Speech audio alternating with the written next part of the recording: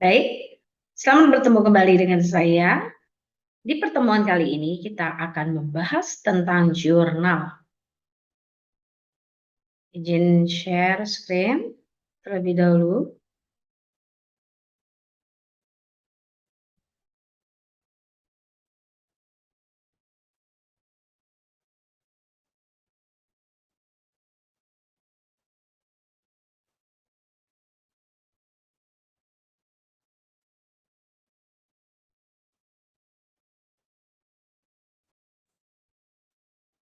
Baik, apa itu jurnal?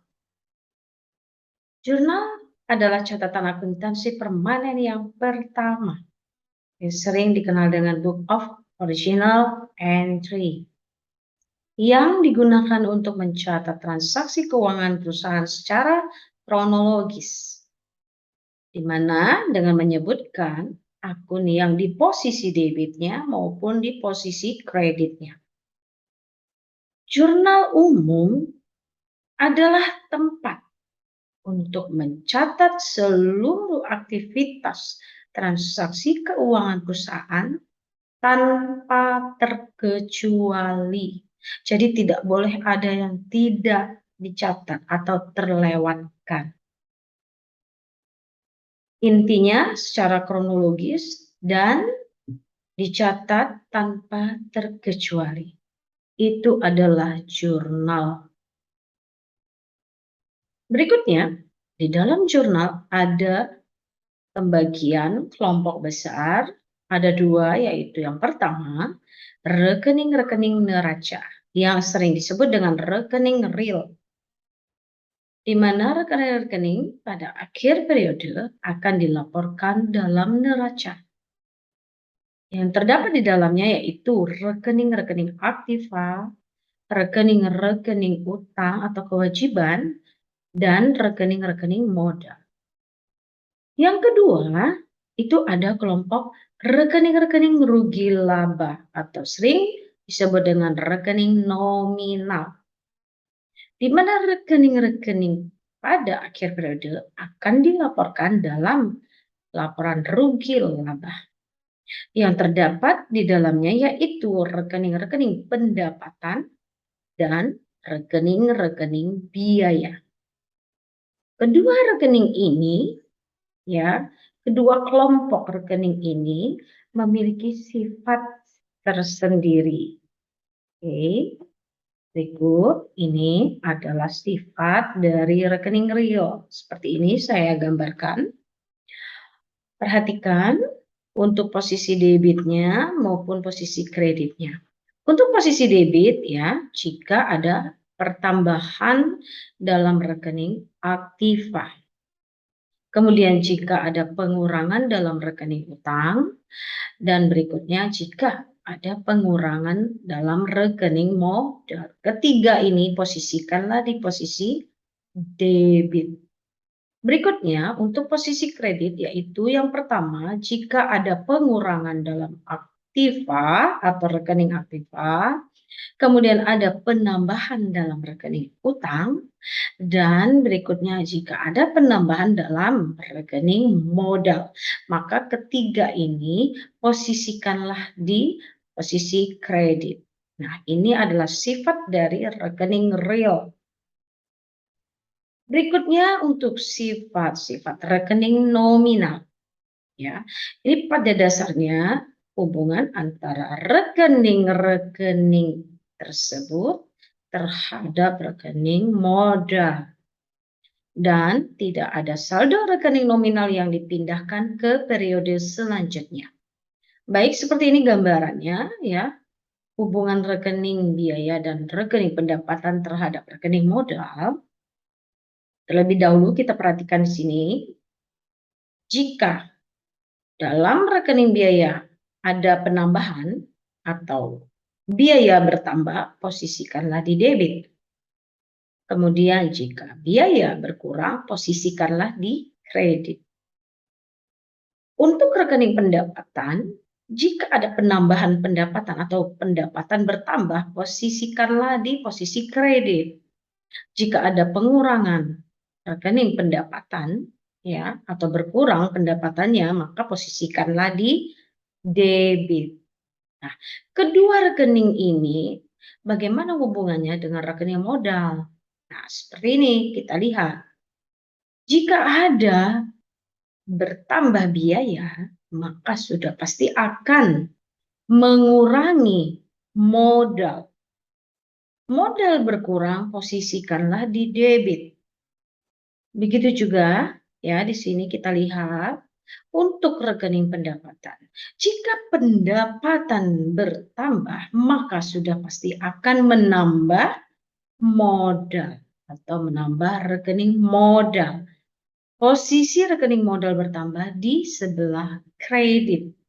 Nah, ini sudah sangat jelas hubungan antara rekening-rekening ini, ya, yaitu biaya dan pendapatan terhadap rekening modal. Dan mohon diperhatikan betul-betul untuk posisi debit dan kreditnya, bertambahkah atau berkurangkah, ya, untuk rekening biaya maupun rekening pendapatan. Nah, ini adalah sifat-sifat dari rekening nominal. Berikutnya, kita lihat di sini ada bentuk jurnal, ya, di mana ya bentuk jurnal ini ya terlihat ada jurnal umum di sini ya terdiri dari beberapa kolom, yaitu kolom tanggal, bulan. Kemudian kolom yang kedua nama akun, kemudian kolom yang ketiga referensi, kolom yang keempat posisi debitnya, kemudian yang terakhir kolom yang kelima untuk posisi kreditnya. Kita masuk ke contoh soal. Di sini saya tampilkan perusahaan jasa rental Yudi Pratama, yaitu perusahaan yang bergerak di bidang sewa menyewa kendaraan. Ya, ini sangat jelas terlihat bahwa adalah perusahaan perseorangan, di mana pemiliknya yaitu Tuan Yudi Pratama. Ya, dan data-data transaksi yang ditampilkan di sini, ya, yaitu untuk periode bulan Januari tahun 2011. Nah, tampilan seperti ini kan tidak berurutan, maka kita harus mengurutkan di mana transaksi yang terjadi lebih dahulu. Ya, kebetulan di dalam data transaksi ini ada terjadi pada tanggal 1 Januari. Nah, berarti tanggal 1 Januari ini kita harus mencatat terlebih dahulu transaksinya ya ke dalam jurnal. Kita catat dulu di tanggal yang pertama terjadi transaksi itu, yaitu tanggal 1 Januari, dibeli kendaraan senilai 40 juta rupiah, kemudian dibayar tunainya ya 25 juta rupiah dan sisanya bulan depan. Nah, kita dapat mengetahuinya apa yang muncul di situ untuk posisi debitnya dan untuk di posisi kreditnya. Maka kita harus mencatatnya seperti berikut. Untuk posisi debit kita catat sebagai kendaraan atau boleh diganti dengan peralatan. Peralatan.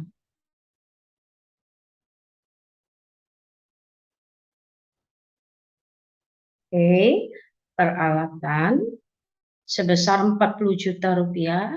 Ya, 40 juta rupiah ini harga perolehan dari peralatan tersebut. Kemudian di posisi kreditnya ada kas sebesar 25 juta rupiah, ya, artinya berkurang kas perusahaan, dan muncul juga utang. Kenapa? Karena sisanya dibayar bulan depan. Ya, berarti ada utang perusahaan bertambah, maka posisinya di kredit sebesar 15 juta rupiah. 15 juta rupiah ini diperoleh dari 40 juta rupiah dikurangi dengan 25 juta rupiah. Maka dapatlah sebesar 15 juta rupiah. Posisikanlah di kredit. Untuk transaksi berikutnya yaitu tanggal 5 Pada tanggal 5 Januari dibayar sewa kantor senilai Rp6.500.000. Maka kita harus mencatatnya sebagai berikut, ya. Mohon diingat kembali untuk sifat dari rekening nominal, di mana jika ada biaya maka posisikanlah di debit, ya. Posisi debit yaitu biaya sewa sebesar Rp6.500.000, kemudian muncul kas, ya, karena untuk pembayaran biaya tersebut maka kasnya berkurang dan posisikanlah di kredit sebesar Rp6.500.000. Kemudian untuk transaksi pada tanggal berikutnya, kita cari di sini ada tanggal 7 Januari, yaitu Tuan Yudi menyerahkan uang untuk modal usaha senilai Rp23 juta. Kita harus mencatatnya sebagai berikut. Kas perusahaan bertambah, ya, Rp23 juta. Kemudian modal Tuan Yudi pun, ya, kita anggap bertambah, modalnya sebesar Rp23 juta, posisi di kredit. Kemudian untuk tanggal 9, kita cari tanggal 9, dibayar biaya iklan senilai Rp1.600.000. Maka kita harus mencatatnya sebagai berikut, ya. Seperti sebelumnya, biayanya ada, ya, maka posisikanlah di debit, ya, biaya iklan sebesar Rp1.600.000. Kemudian muncul kas, karena untuk pembayaran maka kas itu berkurang, kas posisi di kredit sebesar Rp1.600.000. Transaksi berikutnya tanggal 11 Januari.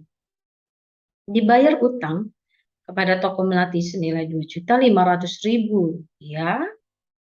Ya, maka kita catat sebagai utangnya berkurang karena sudah dibayarkan, ya. Maka utang berkurang, posisi di debit. Utang posisi di debit sebesar Rp2.500.000. Dan di sini muncul di posisi kreditnya yaitu kas. Kasnya berkurang sebesar Rp2.500.000. Untuk berikutnya, transaksi di tanggal 13 Januari. Diterima pelunasan utang dari langganan sebesar Rp560.000. Oke, baik, kita akan mencatatnya sebagai ini, ya. Di debit ada kas sebesar Rp560.000 dan di posisi kreditnya ada piutang, ya. Piutang sebesar Rp560.000. Karena apa? Coba kita perhatiin, kenapa dia dikatakan piutang?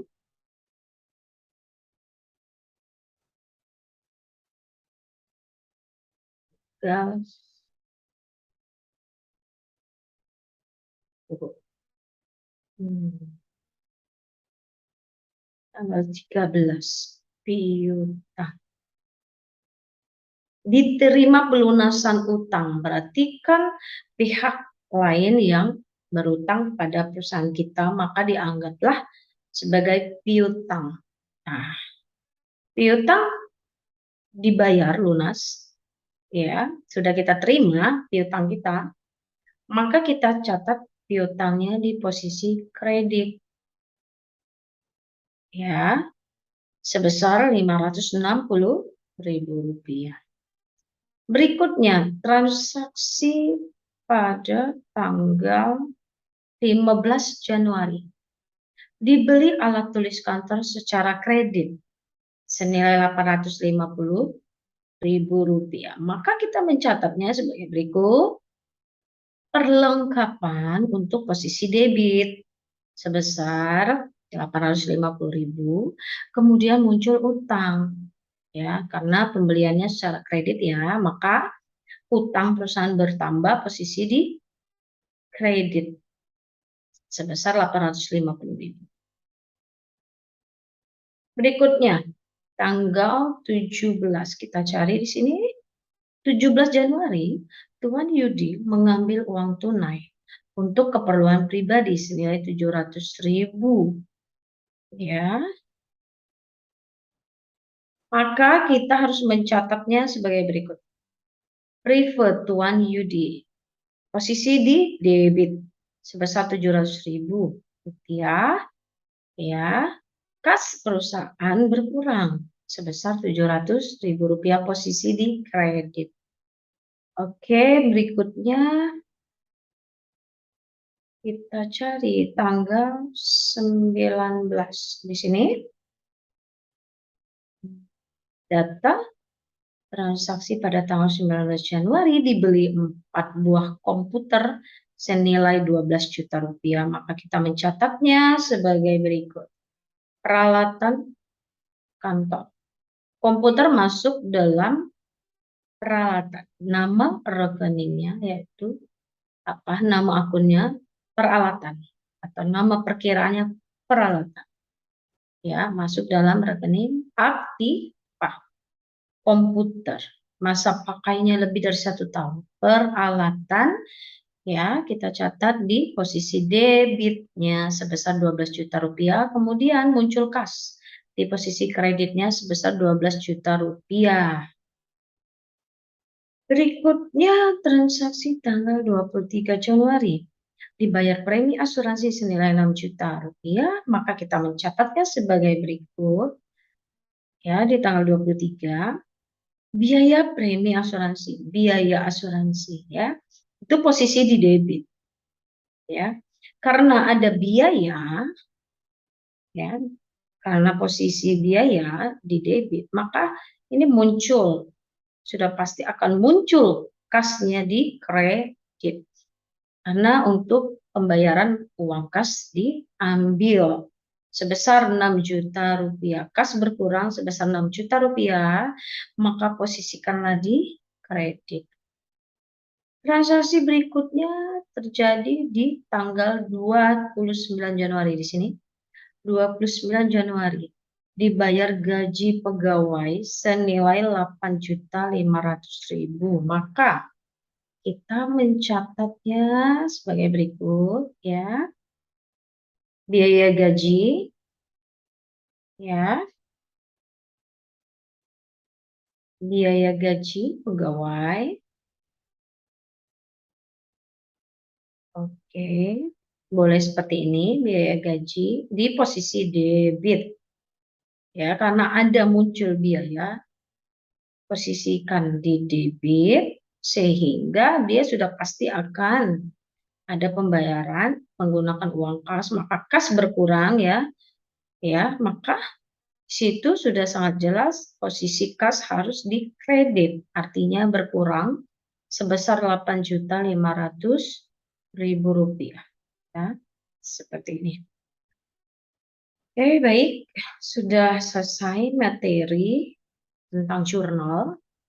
Ibu ingin mengingatkan kembali, mohon betul-betul dipahami persamaan dasar akuntansi, kemudian dipahami sifat dari rekening real, dan dipahami dari sifatnya rekening nominal seperti apa. Untuk posisi debitnya dan kreditnya, bertambahkah atau berkurangkah? Oke? Baik, sekian atas perhatian Anda. Saya sampaikan terima kasih dan salam sehat.